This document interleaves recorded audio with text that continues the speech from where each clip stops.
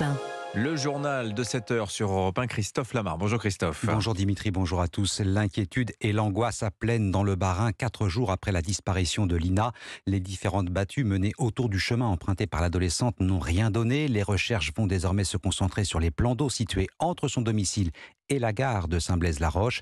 Si les enquêteurs ne privilégient aucune piste, les proches de Lina écartent l'hypothèse de la fugue. Reportage Mélina Fachin, envoyée spéciale d'Europe 1 sur place. Toutes les personnes qui connaissent Lina décrivent une jeune fille sans problème, solaire, heureuse.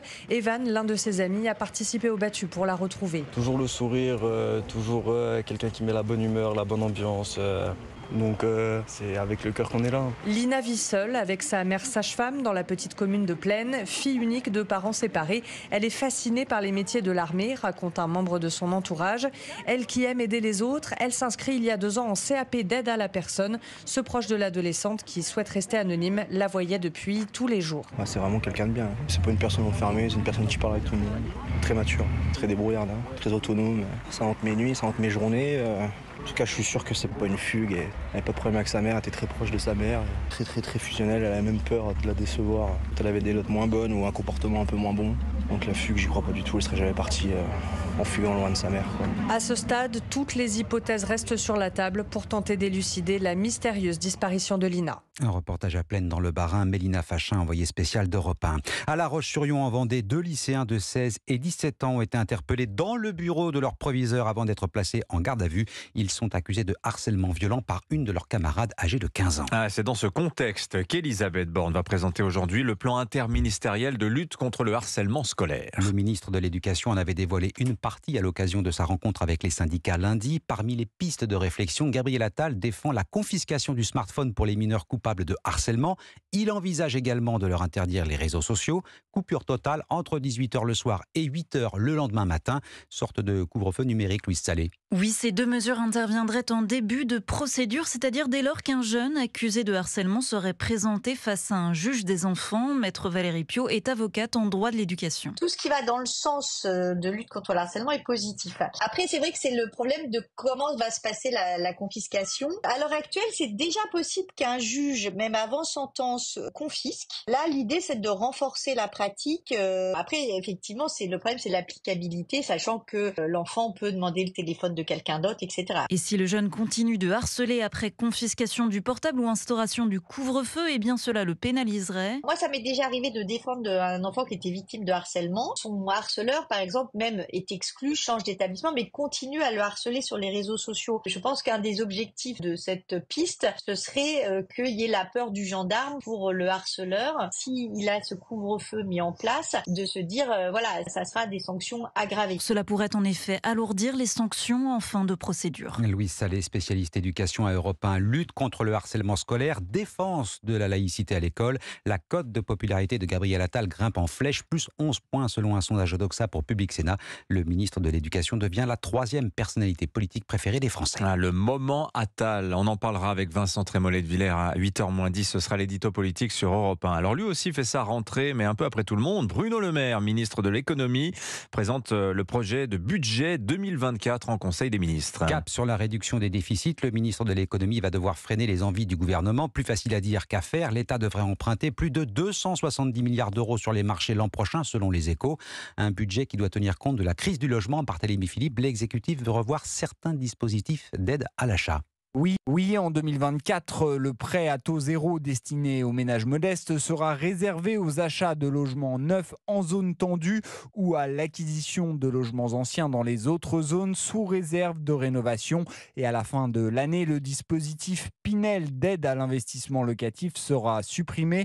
Des arbitrages risqués selon Henri Buzicazo, président de l'Institut du management des services immobiliers. Il y a un problème d'offre, il n'y a pas assez de locations, il n'y a pas assez de logements achetés neufs ou anciens par les ménages. Donc aujourd'hui, il faut à la fois régénérer ce secteur et à la fois faire des économies budgétaires. Bruno Le Maire l'a bien compris, le logement c'est une bombe sociale, souffle son entourage à Europe 1. Pour libérer des biens immobiliers, Bercy soutiendra 3 mesures par amendement au projet de loi de finances. La baisse de l'avantage fiscal sur les 100 000 locations saisonnières, une incitation fiscale pour encourager les propriétaires de résidences secondaires à revendre leurs biens et la création d'un prêt à taux bonifié. Barthélémy Philippe du service économie d'Europe 1.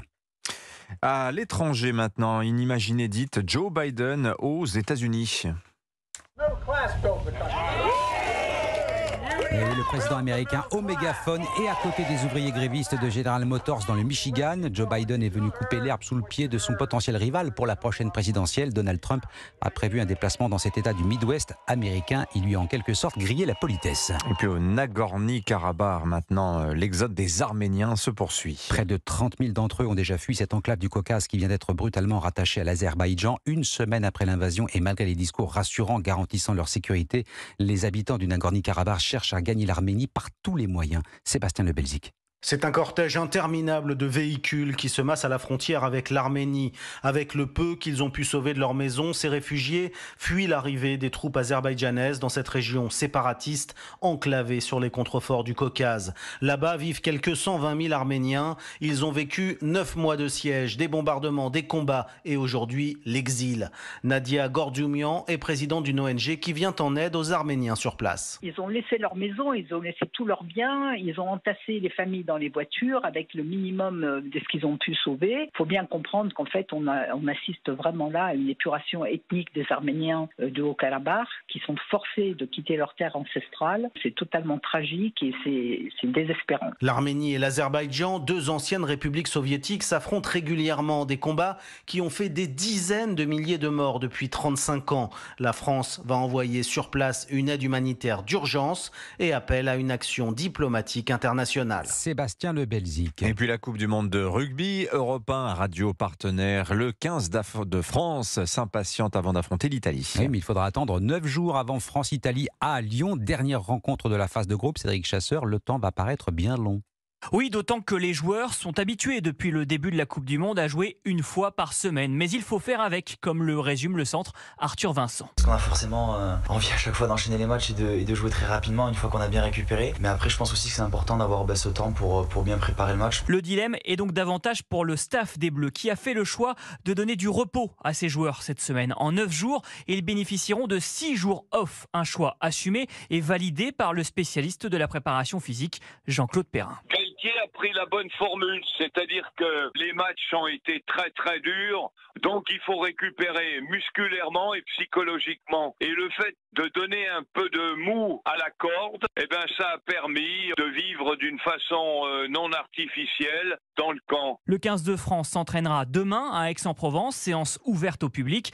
Puis les Bleus bénéficieront de 2 jours de repos où ils auront quartier libre avant le début d'une semaine plus classique pour préparer France-Italie le vendredi 6 octobre. Cédric Chasseur, voilà 9 jours à attendre. C'était le journal de Christophe Lamartin, un joueur qui ne bougera pas, un Namibien aussi, Johan Rétif. Pourquoi ? Parce qu'il s'est fait piquer au torse par une araignée dans son hôtel. Alors on aimerait bien savoir de quel type d'araignée il s'agit. Oui.